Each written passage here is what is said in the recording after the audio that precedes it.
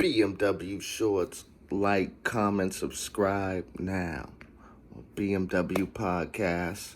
Like, comment, subscribe now. Are y'all ready?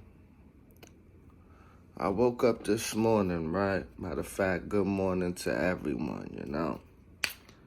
And I thought of an episode. I always get hit up in my DMs like, your inspirational short was incredible, but we want to know, what happened. You know what I'm saying? And for the ones who are new, who didn't see my inspirational episode for what made me make the podcast, obviously it's my kids, but it's also a beautiful woman, which was my wife. My wife passed away last year, y'all, February 20th. She was a big part for me making a podcast. When she passed away, she was really, really sick. To be honest, when she passed away, I didn't even want to do the podcast. Frankly, I'm going back for y'all, letting y'all know. I didn't want to do the podcast. I was like, listen, this was supposed to be with me and her, We even did a little clip, trying to, do an episode that we never got to do. And I got that in the archives. I'll probably just hold on to that just to hear her voice. And it was just, I was in a real dark mode, y'all. I was like, what's the point of doing this BMW podcast if I ain't got my love with me, my partner, my ace? And I ended up one day, I was just sitting here, just watching TV. And then I looked and I seen a little book that she used to always write in. She used to write her like numbers for her like blood levels and stuff like that. And I seen what was written in there. It was literally like ideas for the podcast. And that hit my heart, y'all. And then it made me make this, Boston's Most Wanted podcast. I said, I don't want to do this without her, but I know she would want me to do it and keep going. So I kept going. You know what I mean? When I met my wife, man, I was in a crazy state. I was just slinging everywhere, you know what I'm saying? Every shorty was getting hit. It was no loyalty, it was no nothing. When I met her, you know what? I'm gonna hold that for later. I'm gonna tell you how we met, but I'm gonna just switch to when we met. It was more like she was on the level like, if you come over to see me, you're not going to see my kids at all. You're not going to see my kids. If you come through, you have to come through at like 12 a.m. in the morning. You know what I'm saying? And get out by the time they wake up. You know what I'm saying? And it was understandable because, not everybody going to bring, anybody to just see their kids. You know what I'm saying? No real woman is just going to bring a guy in and let a nigga see their kids. It don't matter if they got weird vibes or not. It's just the protection of the kids. I don't even think guys would do that. Guys ain't just gonna bring no female in and just let them see their kids. No, they're gonna do it on the low and get them up out of there. And eventually we were talking and whatever. We always was vibing. When I met her, man, it was like, I remember what she was wearing too. She was wearing like black and pink. She was looking so dope. I swear to God, I didn't even know what to do, man. You know what I'm saying? And if anybody know my wife, man, her ass was crazy. You know what I'm saying? Jody had a dunk. Sorry, baby, sorry. You know what I'm saying? She was definitely... We was listening to Lil Wayne, I remember. And I remember one time, right? It was like a storm. It was literally like a snowstorm, right? And I had to go from, I think, East Boston back to Brighton. And at the time, we were just friends, you know what I'm saying, on some chill mode stuff. And, I called, I was like, I'm in the snowstorm and I'm, I got to go all the way to Brighton. And she was like, nah, I'm not going to have you do that. You come over here and whatever. And I came over there, man, and, she made me chicken tenders. You know what I'm saying? And what hit my heart the most was like, I never had no girl cook for me or attempt to try to cook for me. You know what I'm saying? Like none of the chicks did that. She always handled herself like a grown woman. And, we had a lot of stuff in common. She was a real big Wayne fan. I was a big Wayne fan. She liked Eminem, you know what I'm saying? But she was more on the Cash Money level. I remember she would play Pink Friday, Nicki Minaj, you know what I'm saying? And we just got super, super tight, man. But I would be going back and forth. Like, I'd be leaving, like, early in the morning and going back over my grandma's. Because in that time, I lived in Brighton over grandma's and stuff like that. And I remember I disappeared for a bit. I was living kind of foul in that time. I was talking to another chick. You know what I'm saying? If I remember, yeah, I was living foul. I was talking to some chick named Wendy, some white chick up in Everett or something like that. I was like staying with her kind of too. You know what I'm saying? I was over grandma's. I would go over Wendy's, and I met her. And I was like, man, you know what I'm saying? I really like her, but I'm talking to this other chick, you know what I mean? But I don't really like the other chick as much as I like my wife, Yari, you know? And one time I was over at the other chick's house. I went to sleep, right? I woke up. I look at the text message, and she's like, What are you talking about? Like you're talking to someone? I'm like, what are you talking about? Tell me why the chick, when I was sleeping, went through my phone, seen Jadi's number, and sat there and said something to her about it and shit.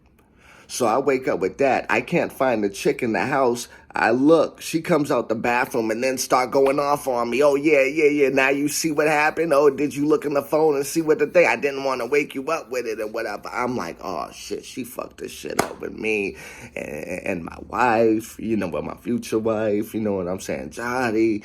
And damn, this chick ain't even important for real. I'm just over here just getting it when I get it. And me and her, I ended up having to hit Jody up like, I'm sorry, I should have told you and whatever. And she was just like, you could have kept it real. You didn't have to do no funny shit and be bad and then have the chick, you know what I mean, texting me and shit like that. You didn't have to do that. And I got rid of the other chick, you know what I'm saying? I was here, it's like, I'm done, you know what I'm saying? So I bounced from her house. But, this chick I was talking to in Everett, I was always back and forth. We would always argue, and I would literally, word to my boy A, ask my boy A. It was always back and forth, like from Everett to Brighton. And I would walk from Everett all the way to Brighton. And it was just toxic like a motherfucker. So, I ended up talking to Johnny. I was like, I apologize and whatever. We need to, meet. I want to just say I apologize. And even if it's the last time we meet and you're mad at me, I just want to at least, just talk to you and just meet you. And then when I came over, I remember I was like decked out in my purple outfit. I had like a purple hat, I had like a purple jacket, I had like blue jeans, purple shoes. I remember they were Mecca shoes too, man. Listen, man, I didn't always have money. I had some purple Mecca shoes. But I was looking fly, though. It was all going. And she was like, you look good. And I remembered in my heart because I used to try to play it. You know what I'm saying? I was really self-conscious inside, but outside I would act like I was the shit. And she was just like, you're never going to leave me again. She said, she like grabbed me and was like, you're never going to leave me again, right? And I was like, nah. And, eventually from then I ended up, leaving grandma's house. Sorry, y'all, if I'm breaking down a bit. I ended up leaving my grandma's house. I went over her house. I stayed there with her. I got real close with her kids. We was having Super Bowl football parties when I met her boys. You know what I'm saying? I had to meet her boys first, but eventually I moved in.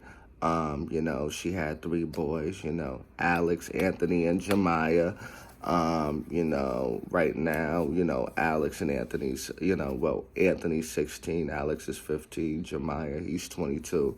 But in that time, it was like, I think Alex was like, probably like 3, and Anthony was like 4, and Jemiah was like 12 or so, you know what I mean? So it was just like, sorry, I'm bad at math. But, their fathers were never in their lives, man, and I played a big role. You know what I'm saying? They really loved me because I was cool, man. What I liked so much about Anthony is that, you know what I'm saying, he was really into Spider-Man as a kid. And when I was a kid, I was into Spider-Man. Shit, I'm still into Spider-Man now.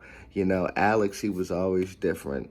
You know what I'm saying? Always different, but always very intelligent. You know what I'm saying? Always very intelligent and always like the light in the room. You know what I'm saying? It's just like always coming for the attention. You know what I'm saying? Anthony is more the quiet one. Jemiah was always the like chill, level-headed, smart dude and whatever. So, years go by, man. Me and my wife is doing good. We doing good. And I eventually fuck up again. Yep, I fucked up. I was talking to this chick, man, on the low. And then, man, I can't believe I'm saying this, y'all. My wife ended up, catching me. I was knocked out. You know what I'm saying? I woke up getting hit like, wake up. I was like, oh, shoot, what the hell's going on? I see the phone. And I see her face. I just look like, damn, man, I fucked up again. And the thing is, what hurt me the most, what hurts a person the most is, because I know we're men, and I always gave the thing like, men, we're dogs. This is what men do. Like, we don't be wanting to do it, but it's just in our blood to just do it. We don't be wanting to, but we just do it. But this really hurt, man, especially when you see someone you really love, who really loves you, who was just loyal to the core and literally, gave you her all. And I thought she wasn't going to take me back, and she gave me a chance, man. I'm going to keep it real with you. She gave me a couple chances, man. There was a couple times I fucked up, man. It was more like, I don't know why I was fucking up, but yeah, I was fucking up, man. And she always stayed loyal. One thing about her, she always stayed loyal. She didn't do no corny shit and go tit for tat when she could have. She could have easily talked to another nigga because she was sexy as hell. The most sexiest Puerto Rican I've ever seen. The most swaggiest Puerto Rican I've ever seen. The most loyal I've ever seen. One of the most funniest but serious that I've ever seen. I always said, I'm a Gemini. I always said after I met her, my favorite sign is a Cancer. And she was a big Cancer. She repped that to the fullest. You know what I'm saying? And, man, I gotta go in a dark place, y'all. Let me, So, years go by, you know what I'm saying? We're doing our thing. We're together and whatever. We partied a lot. Me and my wife partied a lot. We drank a lot. That's what we did. We weren't the type to be social with a lot of people and stuff. We were good with our family and together, chilling, drinking, listening to music, and, just having a good time and trying to live. We didn't want to bother nobody. We didn't want no one bothering us. So happen anybody bother us, I won't get you. My wife will get you. People were scared of my wife, not me. You know what I'm saying? And everybody always say Yari was one of a kind. That's why God made her. There's a lot of Jotties in this world, but I'm going to tell you this. There'll never be a Jotty like my wife. There'll never be another Yashira. There'll never be. I'm telling you. And I don't say this just because she passed away, because it's the nice thing to do. I say this from my heart, man. There'll never be another one like my wife, man. But years go by, and I think it was the 8th year in. I remember it. The day before Thanksgiving 2018, you know, it was, my wife wasn't feeling good. My wife wasn't feeling good, and I should have took hold of the signs. Because, you know, there was times where she was like, you know, baby, I looked in the light, and in my, you know, my nails, they're very yellow. And we didn't know what it was in that time. I was like, baby, probably your nails are dirty, whatever. She's like, no, something's up. But, you know, we ignored it. The day before Thanksgiving, I was about to leave for work. She was feeling real sick. And I'm like, baby, are you okay? Because I'll stay here if you need me. She's like, no, Rashawn, go to work. You know, just call me when you get to work, you know, and make sure I'm okay. I said, okay. I said, I'm going to leave. I'm going to call from work. Make sure you're okay. So I hit work. I called her. No one's answering. She always answers. So I keep calling. She's not answering. So I tell my manager at the time, Travis, rest in peace. Anybody know Travis? He was the manager at my work, and a lot of people knew him, and he was very loved. And literally, like a year after my wife got her liver surgery, Travis passed away. Ain't that something? I was like, Travis, my wife ain't answering, and I don't know what to do. He was like, Rashawn, if you gotta leave, and you feel something is wrong, leave. And I was like, all right, Travis, I gotta go. And he was like, then go, man. If you feel something's wrong, do it. I give him blessings to that day for this. So I went over. I left. I had to go from Copley all the way to Dorchester. So I got to Dorchester. I'm coming up. I have the phone ringing. You know what I'm saying? I'm calling her while I'm going up the stairs, and the phone's still ringing. I get through the door with my key, and I hear the ringing in her room. I'm like, okay, I hear the phone ring. I opened it. She's laid out on a chair, and there's like black fluid coming from her like the bottom of her pajama pants, and her eyes were yellow, and her skin was like pale, and her lips were like purple, but like cripply, like. I freaked the fuck out, y'all. You don't want to ever know the feeling. And I'm holding back tears because I cried a lot before I made this episode. This was an episode I was always trying to avoid, but I always get what's your inspiration, and I'm telling you who it is. It's my wife. So I call 911. They come get her and whatever.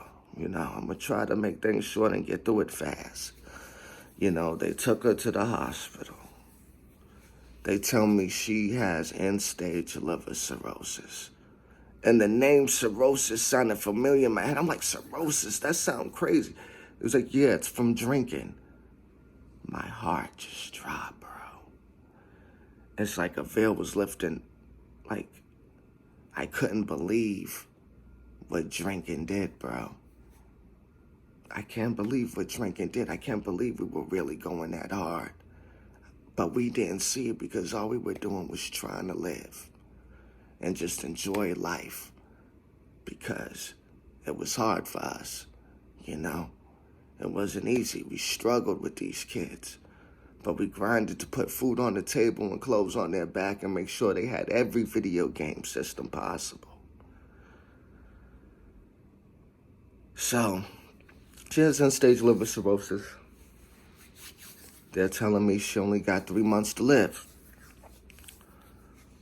Freaking out. She's out. You know what I'm saying? And like a month goes by, she's still out. And they said, we're going to bring her out of it. We'll bring her out of it. You know, she's still sedated and whatever. You know, she's going to come out. She might be a little lost or whatever. So when they brought her out of it, I wasn't there because I was at work, but my mom was there. And she told me when she seen me, she was like, who in the world are you? You know what I'm saying? Or whatever. She's like, I'm Rashawn's mom or whatever. And then when I came in from work, when I heard that she was awake, I said, I have to leave work. I said, I have to go and see her. So when I came in and I seen her with her eyes open, her eyes lit up and she smiled. She had like a tube in her throat. She couldn't really talk and whatever. And when she told me that she knows what happened and stuff, I was like, damn, I was trying to keep it away. She was like, there's nothing like this could keep it away. I wake up with tubes, like what in the world is going on? I was like, yeah, baby. And I was like, but we're going to get through this, you know? Because everybody was like, I was asking doctors what they would think. I was like, what's the chances of her living? Because I need her to live. What can I do? Can I do something? Can I give? What can we do? And they was like, it's 50-50. You know, she's going to really need a liver because her liver's so damaged, it can't regenerate.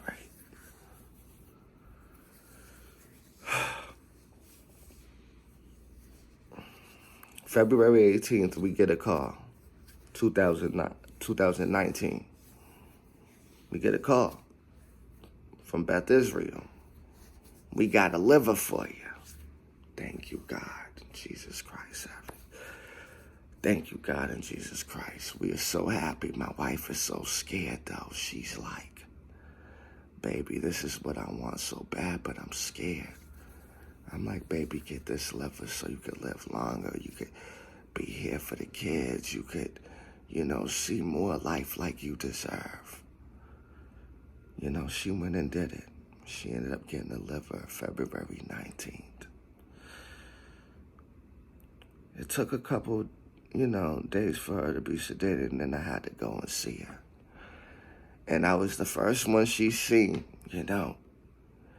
She woke up, but she couldn't see. She had some stuff in her eyes, This is from liver surgery. This is after liver surgery. She had like I guess they put like liquid in their eyes. And she couldn't see. She was like, Rashawn?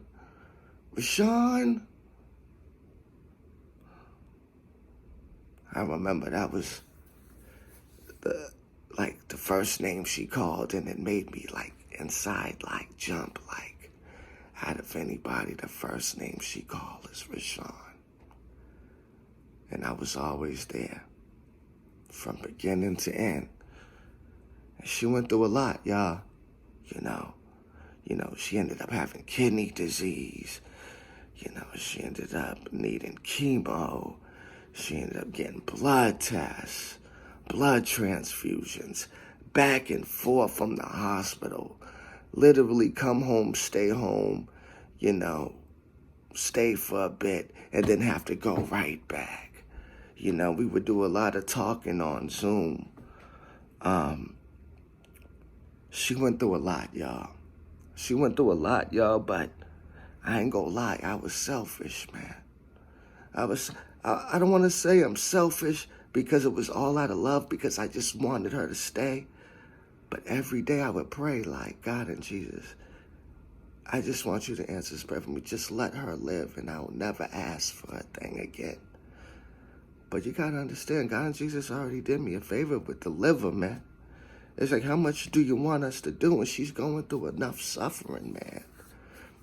So, there was a time, I'll probably say December. Yeah, December, I say 2021. She caught COVID. We all caught COVID and whatever. She was in the room with the kids. They were like quarantined. I was in the room and whatever. You know what I'm saying? And she had to end up doing another surgery that January. it was like, damn, man, she got end-stage liver cirrhosis. Then she got a liver, then she had kidney disease, and then it's like she got a bunch of whole other stuff going on. Then they hit her with COVID, it was like she got hit with everything, bro. And she fought all the way through, y'all. All the way through. And February 2022.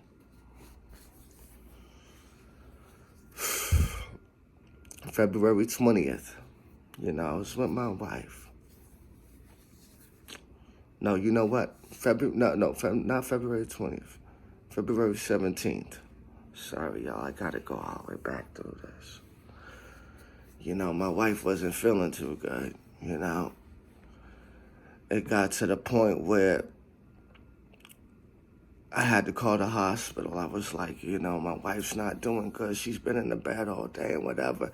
And I used to be real hard on her taking her medicine. Like, baby, you got to take your meds. You got to take your meds. You got to take it on time and whatever. You got to eat good. I was really hard on her because I really wanted her to live, man. It was like, without her, it was like, what would I do? You know what I'm saying? Like, this is my ace. This is my dog. I would never want her to be in another position. If anything, put me in the position. Not my wife. You know what I'm saying? So, she wasn't feeling too good. I called the hospital. They came. They took her vitals and stuff. They was like, no, she's okay. She's not enough to bring to the hospital. I said, what? They were like, yeah, she's not enough to bring to the hospital. I said, okay. Then they left. And then they came back. We had to bring her back because she was still feeling horrible. She was like in the bed, not moving, nothing. She didn't even know where she was. I was like, yo, come and get her and whatever. So another emergency unit came over. They took her. And when they took her, she was like sweating like crazy, and she was like a little bit like bubbles on her. Just a little bit. And they was like, one of the guys was like, oh my goodness, this poor woman, she has an infection and it done gotten so far through her skin that it's just seeping through her skin. This is infection coming. I was like, what? I was like, we got to get her to the hospital, man. We got to get her to the hospital. So we had to strap on one of those seat things and bring her down, So, they told us that, she had signs of COVID in her system, but at the time, she was already off of COVID, so I don't know how COVID was still in her system, but probably because of her condition and, she was so immune that, a lot of stuff stayed in her system, But there was like, no one could go through to see her. So through those days, she was in the hospital till February 20th when she passed. We had to just hear from them on the phone. We couldn't go and see her or nothing. But they told us she was fighting and she was going hard and she's going to make it through. February, I'd probably say 19th, right? They call us like at like 11:15, like midnight. And they was like, you got to come to the hospital and see her. I'm like, okay, we got to go through and see her and whatever. To my mom and stuff, because me and my mom was going to go together and the kids was going to, my stepfather was going to stay with the kids because we didn't want them to see what's going on. I was like, yeah, we're going to go and see her and hopefully she's going to be all right. They was like, well, Sean, if they're calling us at 11:55, they're calling us there for us to say our goodbyes. I was like, what you mean in that? She was like, well, Sean, you think they're calling us over there at this time to tell us good news? I don't know if she's going to make it, Rashawn. We get there. My wife is like bubbled all over her skin. Sepsis. It hurts when you got to kiss the person on your head, that you love on their head, hold their hand and cry and just say, baby, what do I do? and you can't get an answer, and you know deep down inside what you want to do, because that's not living. They said if she was to live, she would have had to been in a burn clinic, and it was just not possible that she was going to live. So I had to pull the plug.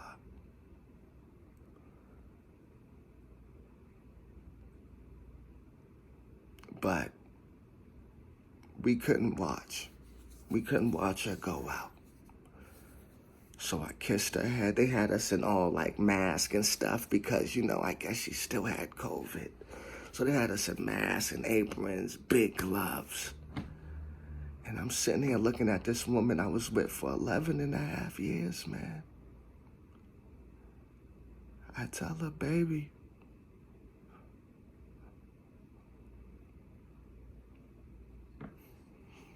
I love you, and you fly high on them. You fly high on all these haters. I know that it's gonna be hard, but I'm gonna do whatever I can for these kids. When she passed away, we took full custody of all the boys.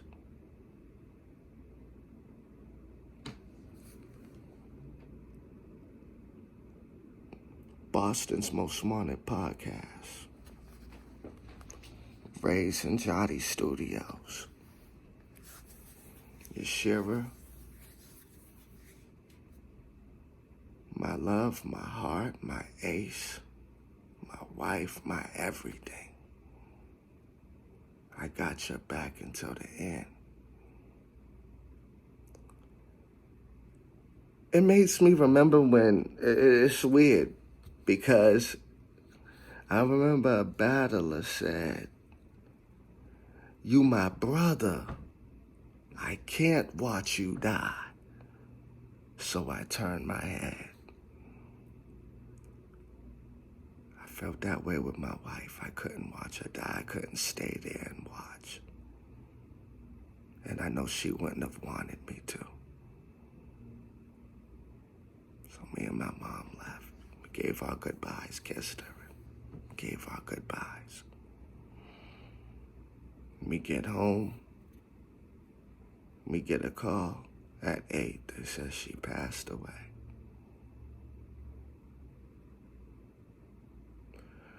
This is my motivation to do this show, this podcast, whatever. I do this for my wife. I do this for my kids.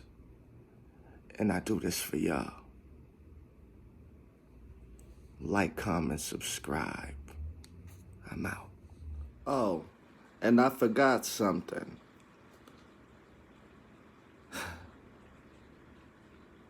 We met on Air G. I'm out.